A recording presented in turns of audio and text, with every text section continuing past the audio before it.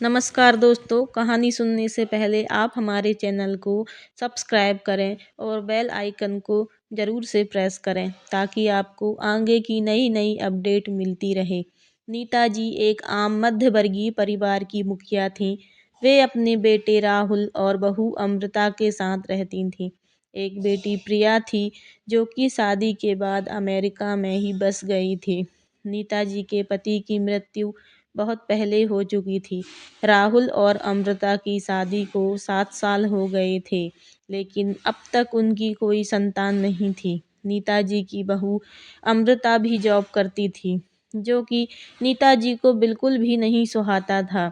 वे जल्द से जल्द दादी बनना चाहती थीं, लेकिन अमृता और राहुल यह अच्छी तरह से जानते थे कि अभी अमृता का जॉब करना कितना ज़रूरी था। नीता जी अपने बेटे राहुल से इस बारे में बात करती तो राहुल किसी न किसी बहाने से बात को टाल देता था। इसीलिए वे अमृता को ही परेशान करने के बहाने ढूंढती रहती थीं ताकि वह अपनी जॉब छोड़ दे।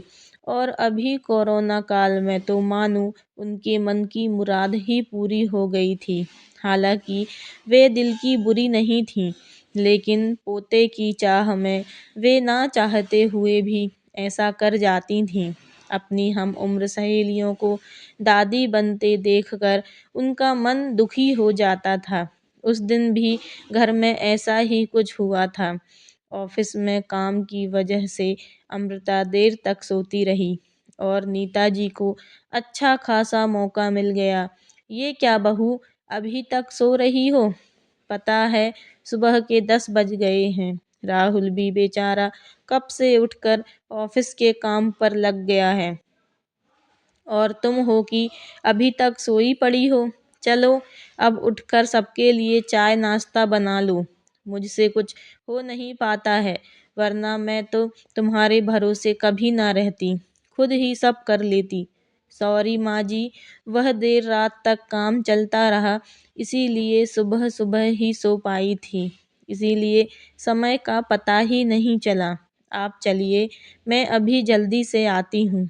हाँ हाँ ठीक है, मेरा कुछ नहीं, पर राहुल को देख लो, उसे कुछ चाहिए तो नहीं, कब से उठा है बेचारा। हे भगवान, मुझे जल्दी से ठीक कर दे ताकि मैं ही अपने बेटे का ध्यान रख सकूं। नीता जी ने नाटकीय अंदाज में कहा। नीता जी ने अपनी बहू अमृता को उठाते हुए कहा। अमृता ने घड़ी देखी तो वाकई में 10 बज गए थे। आज उसकी आँख कैसे नहीं खुली। वह जल्दी जल्दी अपने काम निपटा कर हॉल में आई तो राहुल अपने लैपटॉप के साथ ऑफिस के काम कर रहा था। उसने किचन में जाकर चाय नाश्ता बनाया और फिर रात के बर्तन साफ किए और झाड़ू पोंछा करके नहाने चली गई। दरअसल कोरोना वायरस की बढ़ती बीमारी की वजह से शहर में पूरी तरह लॉकडाउन किया गया था, इसीलिए काम वाली बाई भी नहीं आ रही थी। अमृता खुद एक इंटरनेशनल कंपनी में काम करती थी। उसका ऑफिस टाइम निश्चित नहीं होता था। अधिकतर उसे रात में देर तक काम करना होता था। कल भी उसका काम देर तक चलता रहा, इसीलिए वह देर तक सोती रही। अमृता नहाकर आई तो देखा कि उसकी सास अपने कमरे में सहेली से फ़ोन पर बात कर रही थी। बातचीत में अपना नाम सुनकर अमृता सास की बात सुनने लगी। अरे जानकी, तुम भी अपनी बहू को ज़्यादा सर पर मत बैठाओ। बहू को ज़्यादा उड़ने दोगी तो कल को अपनी नौकरी के चक्कर में वह तुम्हें ही घर की नौकरानी बनाकर छोड़ेगी। मैं तो भाई शुरू से ही अमृता के नौकरी करने के खिलाफ थी। अब करे नौकरी शौक से, पर साथ साथ घर के काम भी करे। मैं तो बदन दर्द का बहाना बनाकर बैठ जाती हूँ, नहीं तो सारे काम का बोझ मेरे सर पर आ गिरता। मैं कोई मुफ्त की नौकरानी थोड़े ही हूँ। मैं तो कहती हूँ तुम भी यही किया करो। सास की बात सुनकर अमृता की आंखों में आंसू आ गए।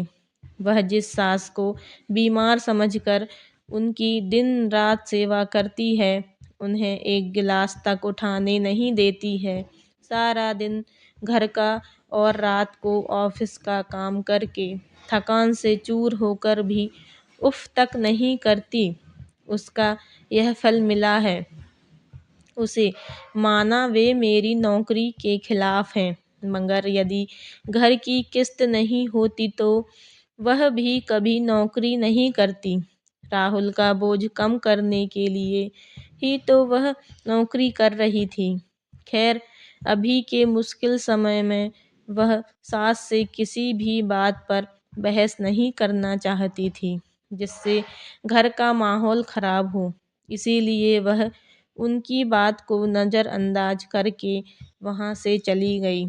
लेकिन उसकी नज़रों में नीता जी की इज्जत ज़रूर कम हो गई थी। दूसरे दिन सुबह सुबह ही नीता जी की बेटी प्रिया का अमेरिका से फ़ोन आ गया। प्रिया की सास उसके पास अमेरिका आई हुई थी। आदत के अनुसार नीता जी ने जैसे ही प्रिया की सास की बुराई करनी चाही, वैसे ही प्रिया ने उन्हें डपट दिया। माँ, आप बिल्कुल भी माँ जी के बारे में अनाप शनाप नहीं बोलोगी। पता है आपके चक्कर में आकर मैंने उनके साथ कितना बुरा व्यवहार किया, लेकिन आज मुझे उनकी कीमत का पता चल गया है। तुम तो उनके यहाँ आने के कितने खिलाफ थी, मगर आज अगर वे यहाँ नहीं होती ना माँ, तो ना जाने मेरा क्या हाल होता। तुम्हें तो पता ही है कि मेरी नौकरी करना कितना ज़रूरी है। कोरोना ने यहाँ भी ऐसा कहर ढाया है कि घर से ही सब करना पड़ रहा है। मीनू का बेबी केयर सेंटर भी बंद है और मैं और प्रांशु फुल टाइम बिजी रहते हैं।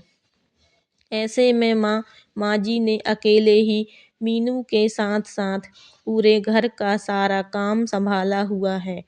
मुझे कुछ भी नहीं करने देती हैं। अगर वे नहीं होती तो माँ हमारा क्या होता, यह सोचकर ही रोंगटे खड़े हो जाते हैं। सच में माँ, वे कोई साधारण महिला नहीं हैं, बल्कि मेरे लिए तो देवी के समान हैं। मेरे इतना अपमान करने के बावजूद। और प्रिया रोने लगी। उसने फ़ोन कट कर दिया। प्रिया की बात सुनकर सीमा जी को भी आंखों में आंसू आ गए। उन्होंने अपनी भूल का एहसास किया। अमृता तो वाकई उनका कितना ख्याल रखती है। उनकी कड़वी से कड़वी बात का भी बुरा नहीं मानती है, उल्टे जवाब भी नहीं देती है। वाकई अभी का समय तो एक दूसरे को हौसला देने का है, सारे गिले शिकवे भुलाकर एक दूसरे की मदद करने का है। तो फिर वे स्वार्थ में कैसे अंधी हो गई थीं, इतना कैसे गिर गई थीं कि ऐसे मुश्किल समय में अपने ही परिवार की सहायता नहीं कर सकतीं। उन्होंने उसी समय अमृता को बुलाकर उसके सिर पर प्यार से हाथ फेरते हुए कहा, अमृता, आज से घर के कामों की आधी जिम्मेदारी मेरी रहेगी। मैंने आज तक तुम्हें जो भी कहा और किया उसके लिए सॉरी। चलो अब तुम जाकर आराम करो, खाना मैं बना लूँगी। इधर सास का बदला हुआ रूप देखकर अमृता की भी आंखों में खुशी के आंसू आ गए और अपनी सास के प्रति उसके मन में फिर से पहले वाला सम्मान वापस आ गया। शायद हमारे जीवन में मुश्किल समय आता ही इसीलिए है कि हमें एक दूसरे की अहमियत का पता चले, अपनी गलतियों का एहसास होने और आगे बढ़कर माफ़ी मांगने से वाकई इंसान छोटा नहीं बल्कि बहुत बड़ा हो जाता है, सीमा जी की तरह।